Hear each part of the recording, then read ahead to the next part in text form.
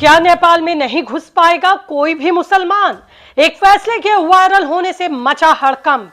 क्या सच में नेपाल में अब हिंदू ही रहेंगे? मुसलमानों की हो गई है क्या नो एंट्री? क्या है अंदर की कहानी? बालेन शाह ने सब कुछ बता दिया। नेपाल का दमखम दुनिया को दिखा दिया। जानिए मुसलमानों के बैन के पीछे की असली कहानी, असली सच।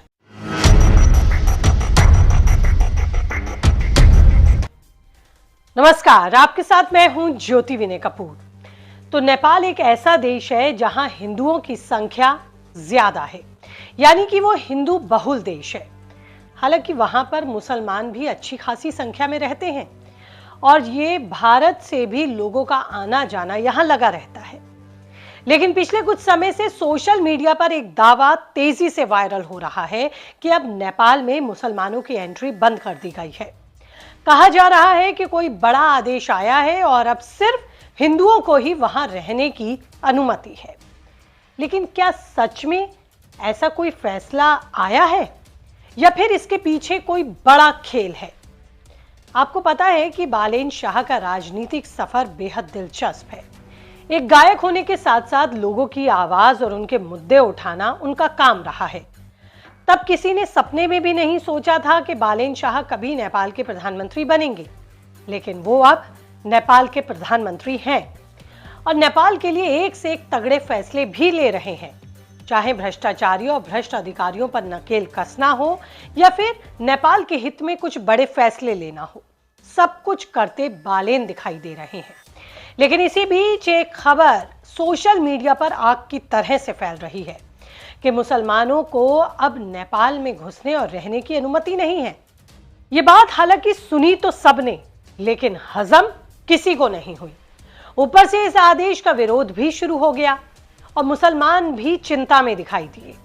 जिसके बाद हमने पूरे मामले की पड़ताल की तो सामने आया कि ये दावा पूरी तरह से गलत और भ्रामक है। नेपाल सरकार की तरफ से दरअसल ऐसा कोई आधिकारिक आदेश जारी किया ही नहीं गया जो सोशल मीडिया पर वायरल हो रहा है, जिसमें मुसलमानों की एंट्री पर बैन लगाने जैसी बात कही गई। ना ही किसी कानून में ऐसा बदलाव किया गया जो कि किसी धर्म विशेष को देश में आने से रोकता हो। मतलब मुसलमान पर बैन वाली बात बिना सिर पैर की फैलाई जा रही है, या ये कहें कि बालेन शाह की छवि को खराब करने के लिए इस तरह की खबरों को उड़ाया जा रहा है। बालेन शाह ने कभी भी ऐसा कोई फैसला नहीं लिया जिसमें मुसलमानों की एंट्री पर रोक लगाने जैसी बात कही गई हो, बल्कि उनके नाम का इस्तेमाल करके इस पूरे नरेटिव को यह माना जा रहा है कि उनकी छवि खराब करने के लिए फैलाया जा रहा है ताकि उनकी लोकप्रियता को नुकसान पहुंचाया जा सके। यानी ये पूरा मामला सिर्फ एक अफवाह है। हाँ, ये पूरा मामला एक कोरी अफवाह है। इसीलिए ये बहुत खतरनाक भी है, क्योंकि इससे समाज में गलतफहमी फैलती है और दो समुदायों के बीच अनावश्यक तनाव भी पैदा होता है। नेपाल एक बहुसांस्कृतिक और बहुधार्मिक देश है, जहां अलग अलग समुदाय से लंबे समय से लोग साथ रहते आए हैं।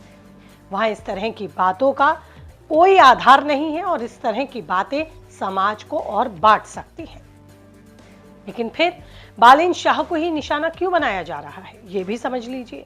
दरअसल बालेन शाह खुद एक मजबूत हिंदू पहचान वाले नेता हैं और उन्होंने कई बार अपनी सांस्कृतिक जड़ों की भी बात खुलकर की है। लेकिन इसका मतलब ये बिल्कुल नहीं है कि वो किसी दूसरे धर्म के खिलाफ है। लेकिन उनकी इसी पहचान का फायदा उनके विरोधियों ने उठाने की कोशिश की, उनकी छवि को खराब करने के लिए। सोशल मीडिया पर उनके बयानों को तोड़ मरोड़ कर पेश किया जा रहा है और ऐसा दिखाया जा रहा है जैसा उन्होंने कोई बड़ा सांप्रदायिक फैसला ले लिया हो। यानी पॉलिटिक्स का खेल भी इसमें शामिल है। देखिए, जब कोई नेता तेजी से लोकप्रिय होता है और उसके सख्त फैसले विरोधियों को और भ्रष्टाचारियों को परेशान करते हैं, तो इस तरह से उसकी छवि को खराब करने की कोशिशें भी होती समाज और देश में देखी गई हैं। तभी इस तरह के नरेटिव छवि को खराब करने के लिए गढ़े जाते हैं और तेजी से फैलाए जाते हैं।